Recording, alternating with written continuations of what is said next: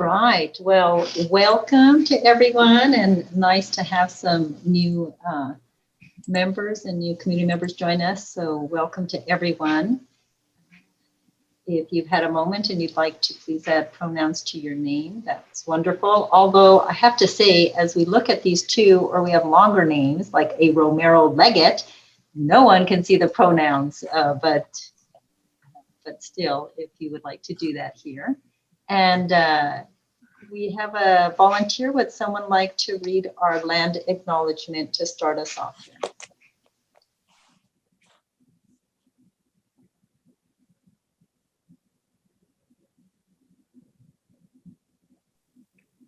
Good afternoon, everyone. This is Lawrence Roybal. It's a pleasure to be with everyone. It's an honor to read the land acknowledgement. Founded in 1889, the University of New Mexico sits on the traditional homelands of the Pueblo of Sandia. The original peoples of New Mexico, Pueblo, Navajo, and Apache, since time immemorial, have deep connections to the land and have made significant contributions to the broader community statewide. We honor the land itself and those who remain stewards of this land throughout the generations, and also acknowledge our committed relationship to indigenous peoples. We gratefully recognize our history. Thank you so much, Dr. Roybal. Very much appreciate that. And I know that Allie is putting the agenda in the chat now that we have everyone present so that you can all see that. And we're going to go into our next part here on our acknowledgements. And I think too, we can, Allie, do you also want to put it in as a cut and paste as well? I think might also be helpful. So the announcements and updates are next. And I believe we have a slide to recognize a few things. And then of course, anybody would, will open it up for people to share. But Dr. Lisa Marie Turk successfully defended her PhD dissertation, applying data science and machine learning to understand healthcare transition for adolescents and emerging adults with special healthcare needs. Congratulations, Dr. Lisa Marie Turk. Really. Congratulations. Woo!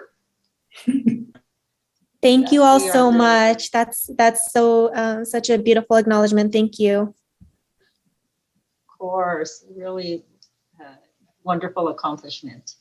And we also, I think many of us saw in the HSC communications that Dr. Gurdeep Singh was named Executive Diversity and Wellbeing Officer at the Sandoval Regional Medical Center. And of course, we know Dr. Singh is a hospitalist and assistant professor in internal medicine. And this post he assumed June 1st, reporting, of course, to our CEO, Jamie Silva Still. And congratulations, Dr. Singh.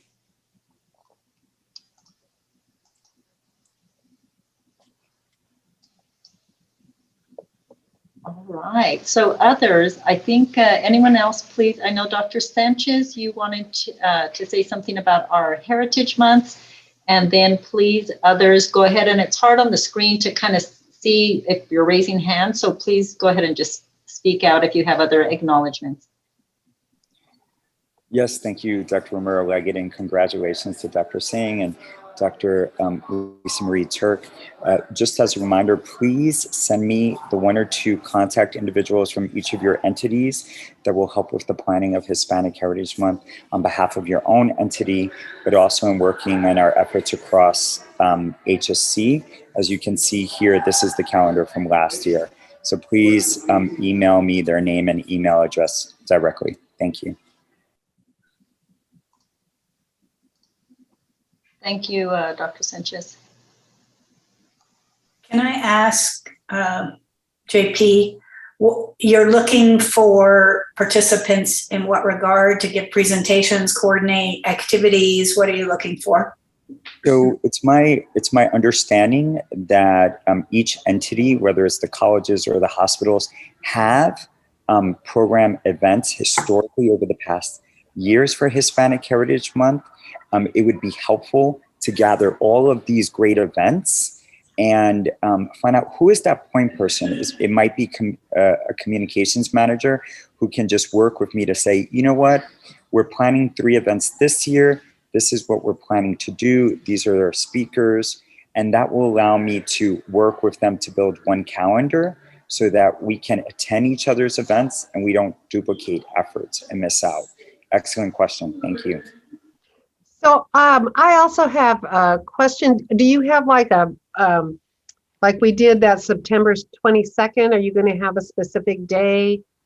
Or I'm not saying you, are we going to have a specific day where we generate a program? So I think it's helpful to know what each entity is planning rather than starting from scratch. What I would like to hear is from population health, nursing, medicine, pharmacy, SRMC, UNMH. What are you currently thinking about? And mapping that out and then asking the group, what are the gaps? And we sort of took that approach last year. I think one of the beautiful things we did is we honored historical leaders and future leaders. And I think we should continue to do that, especially in honoring our learners as well.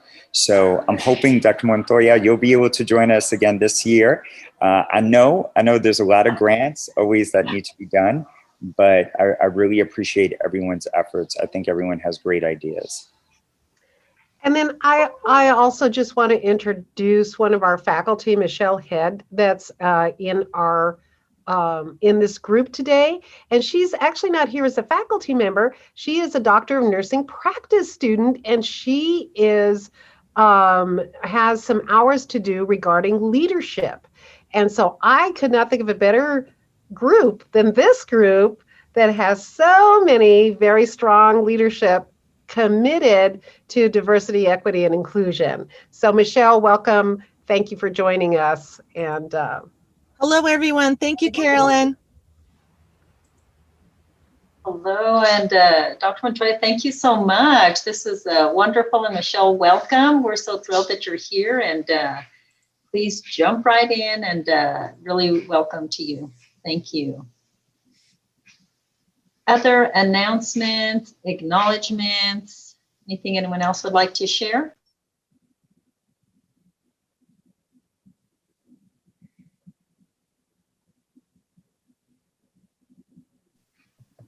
Dr. Romero-Leggett, can I share something? Right.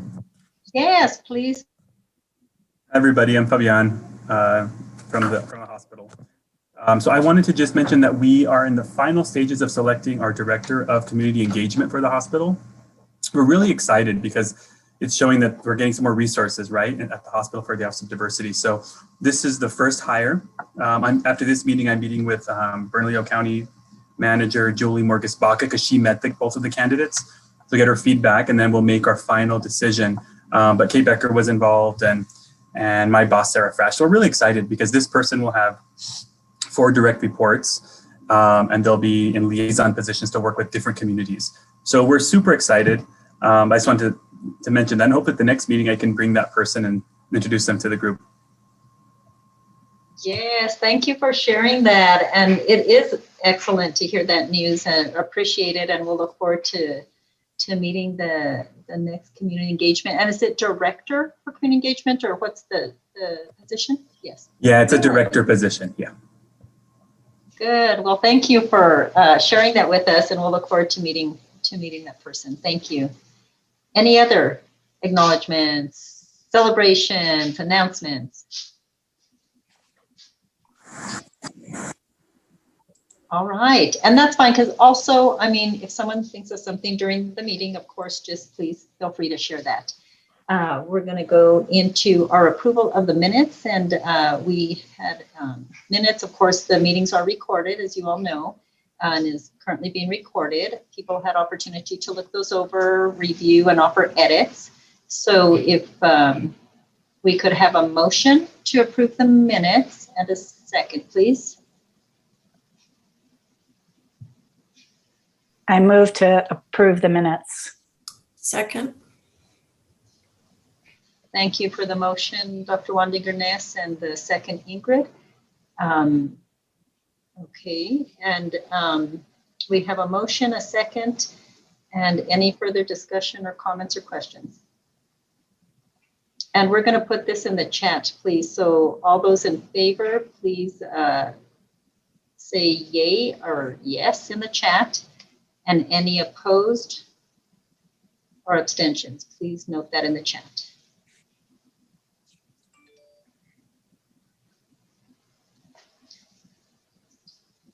Thank you. And it looks like that's going well there, so we'll finish up there. We have next on our agenda, we're very pleased and looking forward to hearing from Dr. Larson, our Executive Vice Chancellor for the Health Sciences Center. And I think probably all of us, maybe except for Michelle, know Dr. Larson, but maybe Michelle does too. And Dr. Larson, I will turn it over to you. I believe you have co-host ability here, so you can do your slides, but you're going to present today on an HSC mentoring framework. So we're really looking forward to hearing about that. Thank you. Well, thanks, Val, and thanks everybody for having me. We put together a group to look at our mentoring situation, faculty mentoring situation here at the HSC. Val participated, and we've created a framework that we're going to go forward as a institution with, but Doug Ziodonis asked me to present to as many groups as I could to try to get your feedback and what you think of the plan and any feedback you might have. I've been able to present this to the committee of chairs, to the faculty senate, the faculty council, the core group, the research strategic planning group, and a variety of other groups. This was the earliest Val could get me on your schedule. So I'm happy to be here, and be glad to present this to you as well and get your feedback. So hopefully I can share my screen. Here we go.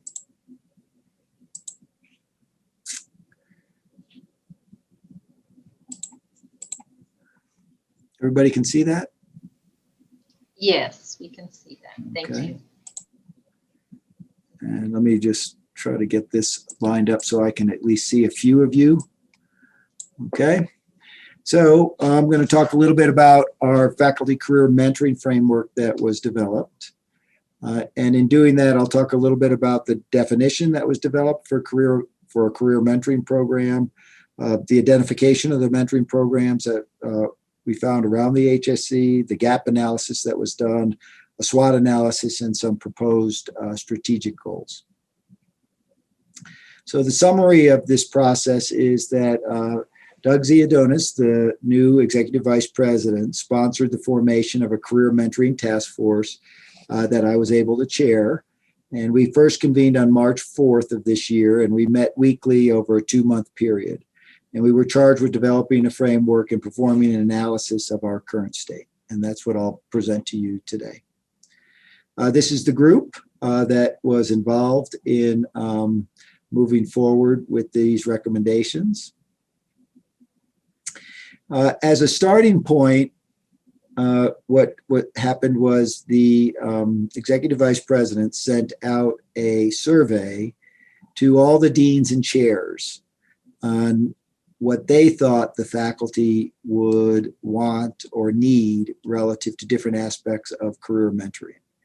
And I'll start out by showing you the results of the survey that was sent out from his office. So the first set of questions was how many faculty might want to participate in a lower intensity research career development K award writing group, and one for the other question was a higher intensity group. And really, in all cases, the median that came back for either colleges or departments was 2, with a pretty big range. And you can see there would be a total of 59 faculty HSCY, or 45 for the higher intensity one. The answers really for why it might be a barrier for faculty at this time to participate almost all came back to time and other demands on their time for that sort of thing. How many of the faculty would like to participate in a K award writing group? 11 of the 19 respondents said they would say yes to a 90-minute meeting. One that was even more intense it went down to 9 saying yes, with 9 being unsure of their commitment of the faculty. In terms of a mentor development program, this is similar to what Akshay Sood does. There was very high interest in the thought that faculty not only wanted but would participate in that mentor development program rather than mentees, the actual mentor. And you can see most of the chairs and deans thought it would be best to present it as at a faculty meeting or to associate professors up to promotion. Dr. Larson, can you explain what a K award is? Someone went. Oh, sure. So sorry to start out with that right away. The K, but it's something that I think Doug is really keen on. A K award is a mentored career development award from NIH. Some other agencies give them, but the ones that we get predominantly are from NIH. It's an award that usually covers about 75% of a faculty's salary for a number of years. That can be between 2 and 5 years.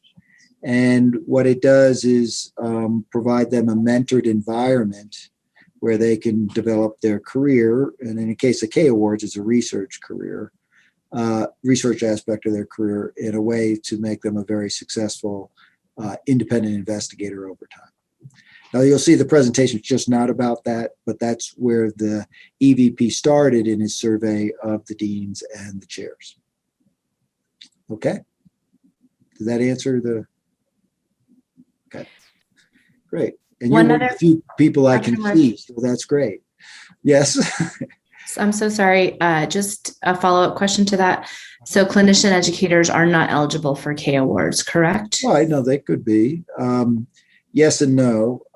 Most K awards from NIH require you to be a tenure track faculty. Okay. So a clinical educator, if they're not on the tenure track, wouldn't be able to apply. But we have had a few circumstances where clinical educator track people have gone through a process. You also have to be pretty competitive in terms of the amount of research you've already done. And I'll give you one of the Chris Abbott in psychiatry went on almost a saga to become the successful full professor he is research-wise now. He just got a very, very large programmatic grant. But when he was a junior faculty, he started out by taking the Master's of Science in Clinical Research. He got some release time from his chair, and he took that 2-year program to get a master's degree in clinical research. The first year is mostly coursework. The second year, though, you get a mentored project and you develop science and so forth. Now, he did that for 2 years. And then he applied to the KL2 award internally, which is a K award through the CTSA. And he got that. And he did that for 5 years, which was 75% research, 25% clinical for him. And it built up his research career. And at the end of that, he got his first grant, but it wasn't a big R1. It was just some smaller grants.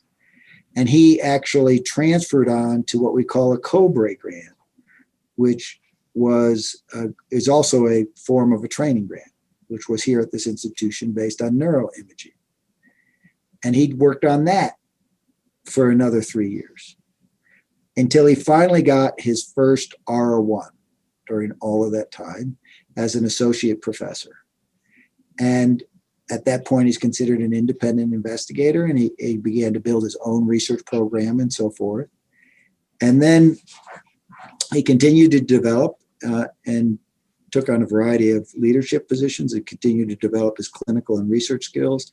And now as a full professor, just last spring, he got a very, very large programmatic grant where he leads a large program. It's mostly a clinical trial related to ECT therapy and different ways to use ECT therapy in treatment of mental disease.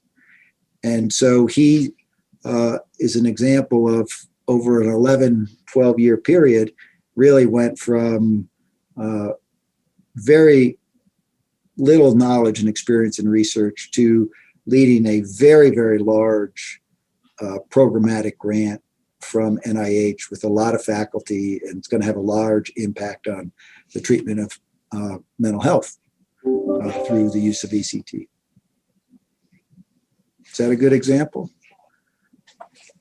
So That was good. you know, Thank you for the question, Elena, because Dr. Bissell, because a lot of people don't know what that is. And thanks for that example and explanation, Dr. Larson. yeah, so, you know, the Great Wall of China isn't built all at once. It's one brick at a time, and it takes you a while to develop and build your research career and the impact it has on the patients we serve over time, or the communities we serve. Alberta Kong did almost the identical thing in pediatrics, and she does a lot of community-based research. And I could tell you her story too, but I'll keep going. So one of the other things they were asked was what was the type of career development or mentoring type of programs that they would like to see developed here at the Health Science Center. And the top 4 that came from this group were, and these are in order, was onboarding. Now, the School of Medicine has a several hour onboarding, but this is really about, a lot of places have mentoring programs that last months, once a week, and every junior faculty who comes on board learns all the organizational features of the organization, the different aspects of it, and there's a whole onboarding so everyone understands the institution fairly quickly. Mission-specific career development. I mean, I presented and talked to you about research, but certainly there's career development and mentoring that's needed in education and clinical work as well. Project and management training comes up a lot. A lot of people need mentoring and assistance in time management, how to manage multiple projects, things of that nature, how to manage a team for the first time, those sort of things. And the 4th was mentoring training. That's how to be a better mentor. You're a senior in your career. How do you better mentor those earlier in their career to become successful as they go through their career? The bottom 4 are listed there in terms of mentoring programs. Interestingly, leadership development was ranked 8th by this group in terms of what was really needed and would be most likely what they wanted to see developed. So this is the framework that the group really settled on in kind of thinking. Now, this doesn't mean there's hard beginnings and hard stops to each of these types of mentoring, but to think about mentoring by the stage of your career and some of the key elements that are needed to be developed in an individual to make them the most successful and most satisfied they can be in their career as they go through. So onboarding, mission-specific, mentor training, promotion and tenure, leadership, project management, sustained success in mid-career, and then transition to retirement or emeritus status late in career. The group also worked a lot on a formal mentoring program definition. And I think the key elements of this definition are that it's obviously formalized. There's a formal structure to it. It really focuses both on achieving success, but also satisfaction in your career and across academic missions, and that there's a committed career mentoring relationship that really assists the faculty in doing that. And it's measurable and it's actionable. So the group then went through and found the mentoring programs we have that fit that definition. We have quite a few in research. They're all listed here. They focus on different areas and they can all assist folks in developing themselves. In diversity, we do have the Native Environmental Health Equity Research grant, which does help mentor in diversity areas.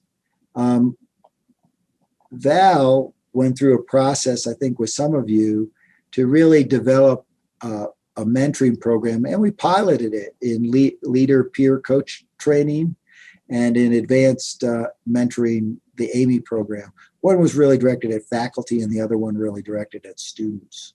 And it was really to help faculty and students of color sustain and be successful in their career. Those pilots were very, very strong. Val can speak to them. She formed reports on both of them. And I think there's some discussion now about potentially rekindling them in some way. There are leadership training, not a lot, but there is one Faculty Affairs Leadership Development Series, and there's a clinical leadership development program. In education, most of the education mentoring programs are on main campus. And some of our faculty do participate in them, but we do have a medical education scholars program and a teaching fellowship program. The mentor development program, which I've mentioned before, really has 3 delivery vehicles. It has an online component, a video component, and a tele-echo component, and has been very, very popular among the faculty that have engaged in it. So coming back to K Awards, one of the things that we were asked to develop after we went through this was a course which we hope to start this fall, which will teach faculty on how to obtain a K Award if they're interested, how to, and there's stages. So you first have to get a K Award, you have to know how to write it, how to find mentors, how to work through it. And then once you get your K Award, you have to figure out how to convert it to a sustaining grant that helps, an individual grant, most of which are called in NIH world R grants. And so that course should be launched this fall. And one of the other questions we often get is, where do you go to find out about these things? Really, the discussion should start with your chair or your dean. Signature program leaders can be quite helpful in helping you find potential mentors. We have a lot of topical seminars. I would encourage everybody to engage in some sort of seminar series that fits you. Really just to begin to network with people with common interests and common academic interests. And then we have several networking events, a couple are listed there, so that these are really technology oriented, but we'll be developing more over time. This is just an example of all the different services we've developed over time. This is really focused to help somebody interested in developing the research or scholarly side of their career. But we really have developed training and education and cores and pilot money and a whole variety, and helping you facilitate collaborations that really have led to some real successes. If you look at the faculty one of the greatest successes from this process, I view, is not the increase in NIH funding or kind of the type of funding that takes hardened investigators to write and get over a period of years. But if you look at the money that first became available through the ARRA in 2012-ish, when that was passed, and it increased funding really for a lot of health outcomes, health services, all kinds of activities that were a little bit more clinically oriented or community oriented through organizations like ARC or HRSA or PCORI. Those faculty that engaged in this sort of process, found a mentor, engaged in this sort of process, have been done very, very successful. So over the last 8 years, we've obtained 112 grants with a 57% success rate from one of those agencies, written by a faculty who had never previously written a grant before. And they were really engaged in the sort of activity that they felt comfortable with. So if you were just an emergency medicine doc who put in a lot of paracentesis, they developed a research program using simulation that would increase the quality and decrease the complication rate of physicians who did that. So there's a lot of different things you can think about as you go through this sort of thought process. The group also did a gap analysis. I won't go through a lot of these in detail because of the time, but basically what you'll see is that for a lot of these, like onboarding, we don't have a mentoring program. We have a 2-day quick start in the School of Medicine, but there's not otherwise a formal career mentoring program. In the mission-specific career development, we have mostly research, but there are some educational, leadership, and one diversity mentoring program. That's pretty small numbers for an institution like ours. Mentor training, we have the program that Akshay offers, which we talked about. The promotion and tenure, we have no formal mentoring program. We have again, a course you go to and they tell you how to put together a dossier, but there's no mentoring in what it takes and what do you need to go through in terms of to get promoted and tenure. Leadership training, again, we could really use the development of quite a bit of leadership development, and same with program management and training.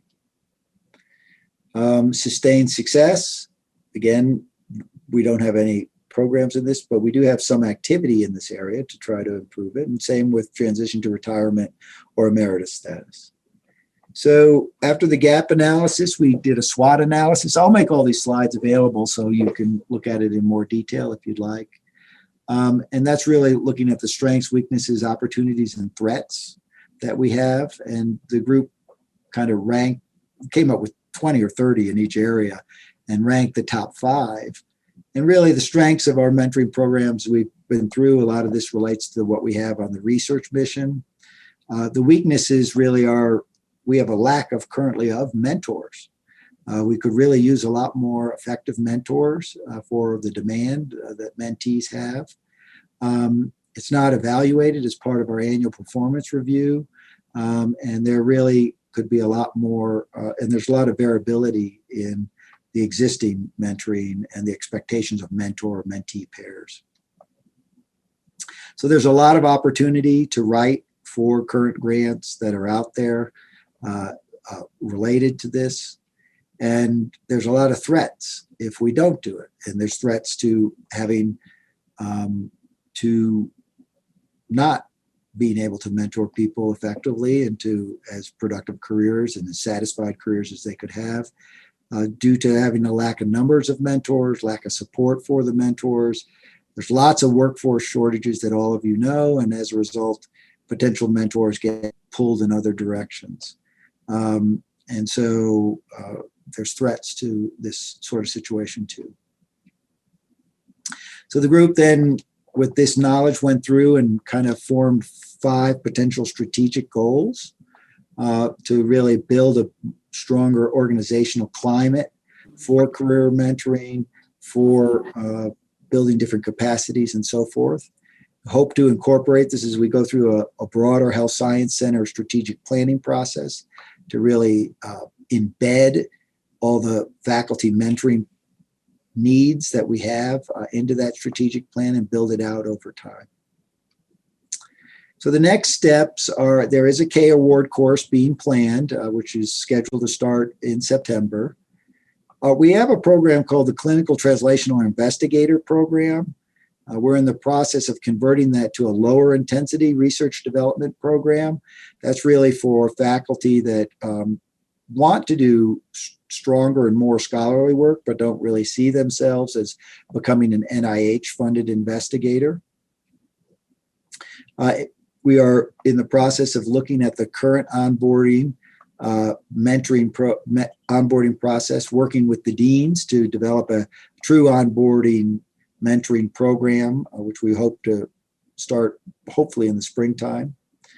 I've worked with the School of the Business School, the Anderson School, and they've put together a proposal that I just got last week to really have a one-day project management, time management program for our faculty who would find that valuable, how to run a small team and a variety of other things like that. There is diversity training built into that program that the Anderson School would deliver as part of that. mentor training program is already currently available. So really starting from a position of trying to build on some of the strengths we already have and then move into all those other needs that the group identified before. And so we're in the process of presenting to all of you, and I'd love to hear your feedback or your questions or anything along that way. And I'd like to end by, I think only Val in this group participated on that task force, but certainly thanking Val for her effort. Amy. Is Amy? And Amy's on as well. Yeah, good, good. Okay. Thanks, And Val. Okay, there's Amy. I can only see 5 people at a time. So in my current, until I take down my thing. And so there, now I can see everybody.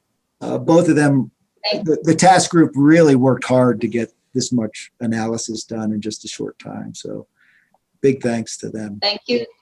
Richard? Thank you so much, Dr. Larson. And Angela, Dr. Wundergren, I'm sorry, before we go on, we'll take this one question, but I know we're already kind of short with time a little bit. So, but then Dr. Larson, I noticed you had your email up, and we'll put it in the chat as well and make sure that people could get feedback or other questions to you, because we really appreciated your time and the information and the group's work, and know that we will also be having some further information about, our HSC staff mentorship program and our other learner programs as well. But this, again, was very much appreciated. Dr. Wundergren, let's go ahead and take your question. And then, again, thank you, Dr. Larson, and then we'll move forward with our committee reports.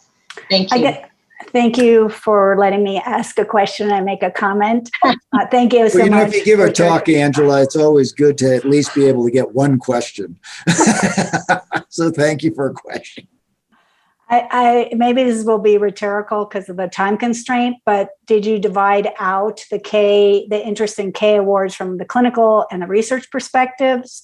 I mean, we have had K awards. I think there's some stuff in the chat from Dr. Gonzalez too about K awards have been individuals sponsoring mentees on the K award side. So do you know, is there a split in interest or? So just to give a little background on what Angela's asking, there are different types of K awards.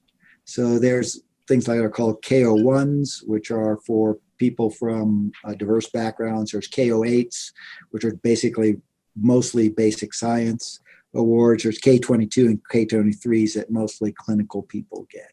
So there's different types of K awards. There's a K12, which is for a variety of people, but the one here is for translational or clinical scientists. The short answer is no, but I think the implicit answer, just from who said yes and who said no, that most of the people that are going to be competitive that were identified are going to be from the clinical side. With the exception of the Department of Internal Medicine, the median interest out of every department in the School of Medicine and in the colleges was about 2 to 4. So if you're from family and community medicine or psychiatry, for the most part, the interest will probably be more clinical than in the basic science case. So I think if you look at those numbers, 45 and 59, I would guess at least 70 to 80%, and yes, that high, would be more clinical research oriented, community-based research than basic science. I think that's what you're asking. Thank you. Okay. Is that good? Thank you. And actually appreciate that. And there's again information and some good information in the chat. Thank you for having seen that as well, Dr. Wundergren. And again, Dr. Larson, thank you for presenting and joining, and to the committee for that work. And will you put your email? Is it in the chat now? And we'll just make sure if people have other questions. Is it Is it R. Larson? Is it R. Larson? I'm putting it in right now. It is. Thank you. Okay, great. Well, thank you again. Well, thanks everybody. I really appreciate that you gave me some time, and I hope everybody thinks about trying to take advantage of what we already have in place, or try to go get a situation by getting some extramural funding that could help you as well, because everybody should optimize their satisfaction in their career over time. So have a great day and enjoy the rest of your meeting.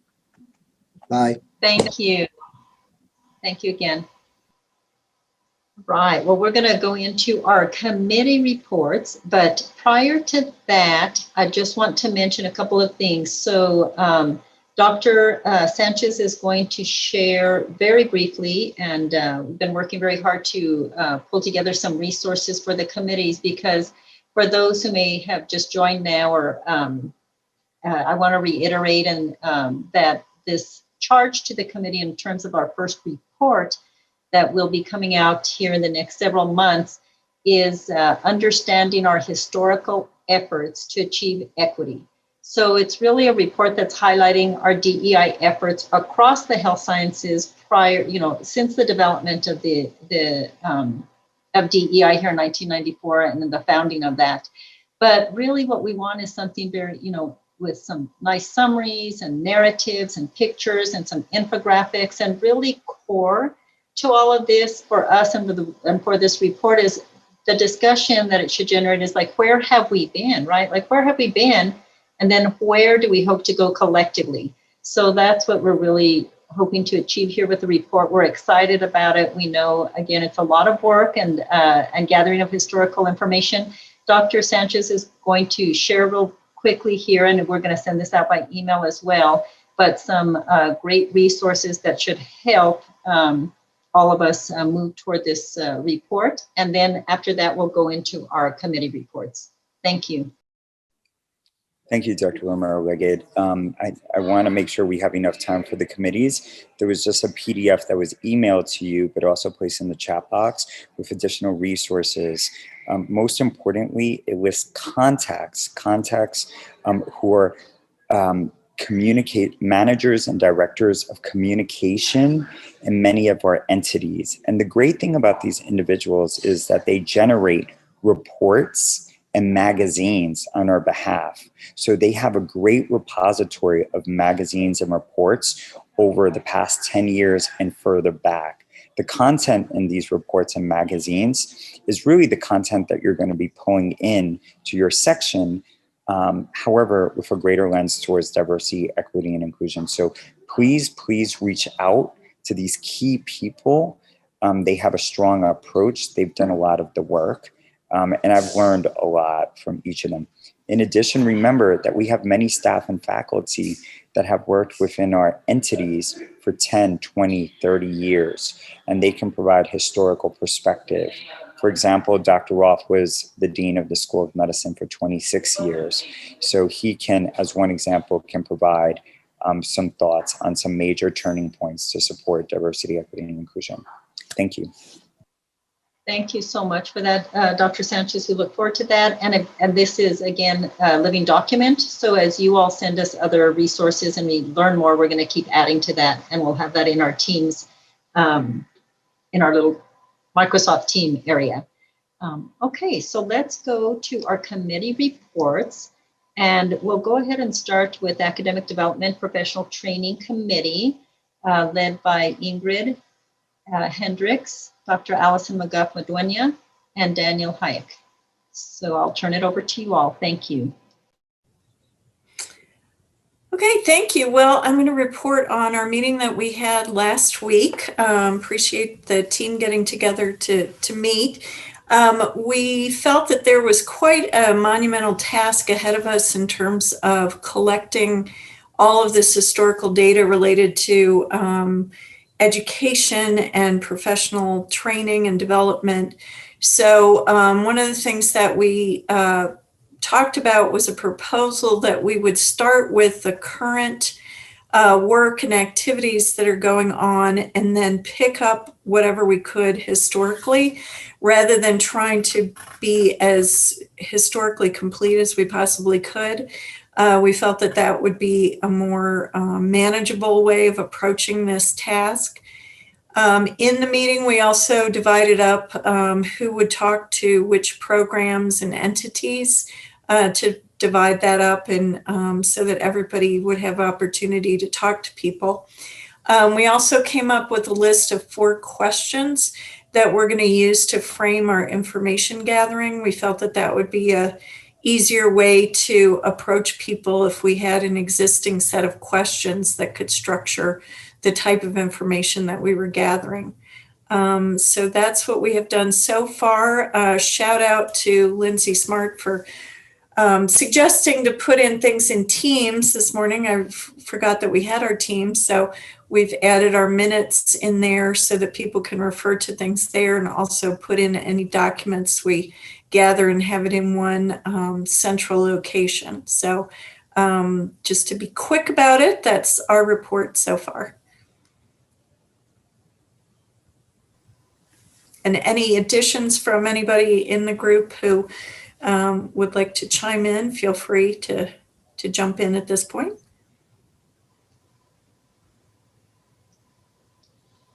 Thank you. Thank you, Ingrid. And the Academic Development and Professional Training Committee, we appreciate that, the meeting and the information you're gathering, and now with the historical resources, making sure that we get that historical piece in, and if we can help in any other way, please let us know. But thank you, and glad you're using the Microsoft Teams thing, so we can all start getting used to that and sharing that way. Thank you. Okay, our Community Engagement Committee, Lucia Bocan and Dr. Anthony Flegg, and I know that Dr. Flegg is on leave and not here today. I don't believe he's joining us. Lucia, are you here? And I'm looking. Please speak up. And if not, if someone from the committee would please give a report out, we'd appreciate it. Thank you. Good afternoon, everyone. Lawrence Roybal, and with me is Daniel and Javier. I'm not certain that Lucia, our chair, is with us this afternoon, but we did meet last night. We had a very enriching conversation. Community engagement continues to be at the forefront of the Health Sciences Center. All of us realize the importance of community engagement in elevating our diversity, equity, and inclusion initiatives. And we did speak about a retrospective current state of affairs, and we spoke about our vision, and I'll turn it over to Daniel and Javier to give a brief overview. Daniel? Yes, like Dr. Robo was saying, we discussed last night our desire to kind of conduct that retrospective look as we've been tasked in the approach of community outreach at the HSC. Our goal specifically is going to be to identify and recognize the individuals that have kind of laid the foundation for DEI within our institution, and kind of discuss how the understanding of how this process has evolved here at the HSC can help us understand the lessons learned by our predecessors and how we can start to incorporate that into our future endeavors. Some of our next steps, which we discussed, we're going to be to discuss kind of the scope and impact of the HSC, not just locally, but as we discussed, examples of Project ECHO, how we actually have a global outreach of community engagements that kind of reaches far beyond what some of us had kind of viewed as our community engagement. At that, I'll just turn it over to Javier. Hi, thank you.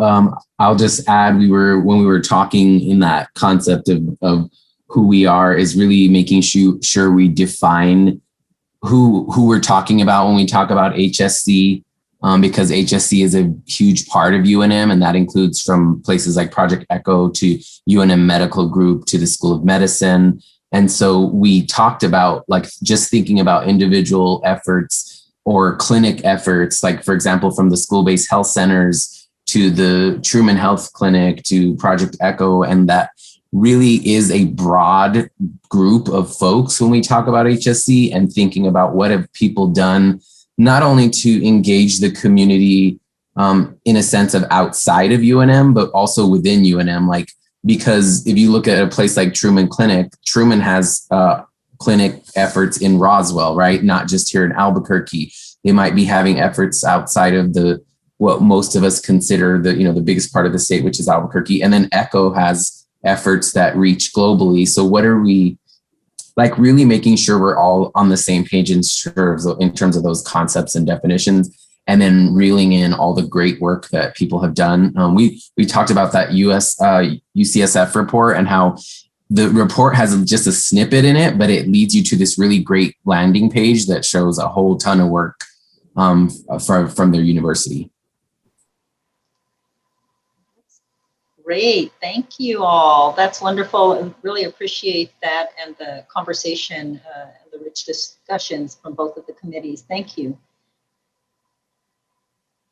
So we have our Workforce Development Committee next with Dr. Singh and Dr. Smart as the co-chair. Sure. I think Dr. Singh was on, but I think he had to sign off for clinic. So I'll just do a quick update. And then anybody from the group definitely chime in. We're kind of in a little bit of more of a structural point. We're organizing meetings, figuring out what'll be regular things so folks can get them on their calendars. And then I think similar to what other folks have touched on, the task is to figure out what part of workforce development we might start with, because it could be anything and everything. Meetings are going to be hard. I think there's such a large group, and the meetings and the being able to figure out how to do things asynchronously, I think is going to be really useful. How do we do the work without having to necessarily be on a call, and really honing in on one thing, I think, to get momentum going. And so we've got a great group, and we've got representation from all different parts of the HSC. And so the next month, I think, will give us a little bit more time to figure out what our initiative might be to get the train running on workforce issue to tackle. So anyone else from the group have something to add? All right, that's it. No. Thank you for that report out. And I think, just really excellent points. And again, reminding everyone that these committee the topic areas are very broad. And then the understanding, I think the point about the organizational is critical here, because as you beginning this process, I'm sure there are going to be subcommittees within, because each of these areas are just so broad that will need to happen. But again, yes, it takes time to really figure that out and see how you want to break that out. So I appreciate it very much. And I know several committees are having some of those same organizational processes right now. So thank you. I'm not sure I understand.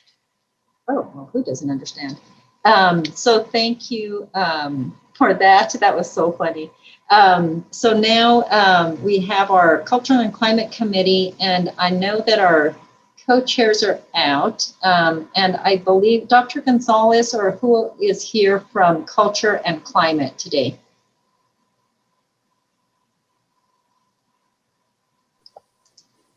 I'm here. Here we are.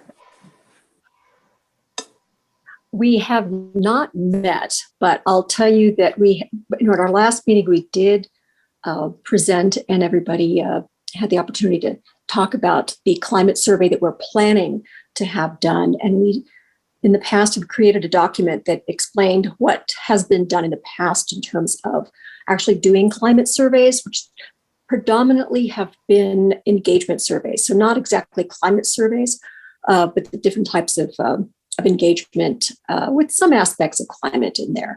So what I think we could probably do, and following on Dr. Smart's example of starting to put things into teams, that would be great, but actually sort of compiling those results from previous surveys, even if they were engagement surveys that were done at the Health Sciences Center. I know School of Medicine has done some. Just need to get all of those that we have identified from the past into the results into one place. I think that would be really helpful for creating a picture. Thank you again, Dr. Gonzalez, and appreciation. I'm sorry we are right at our time with our presentation and everything, but I know that, again, the committees are coming together, organizing, kind of working on the infrastructure at this point, while trying, and also moving forward on the charge for the report. So whatever ways we can be helpful, please reach out to us. I know we're starting to bring in our content expert advisors. We're having other people join who are interested. Remember on our website, if you go to the IEC there's a place where you can sign up for committees, or you can send that link to people for that. And our recordings will be there as well. So if you have any other comments or questions or things that are going on in the meantime, as we're going through our summertime now, I know that we're all gearing up to come back to, on campus next week. It's a time now in the summer where a lot of people, have opportunity to take some vacation and visit and see people again. So really appreciate your time and your effort and your commitment to the Inclusive Excellence Council and the work of DEI throughout the institution and our community. So thank you for being here today, and look forward to our next meeting. And everything will be on the website as well. So please join back in and contact us if we can be of any help at all. Thank you. Have a great day, everyone.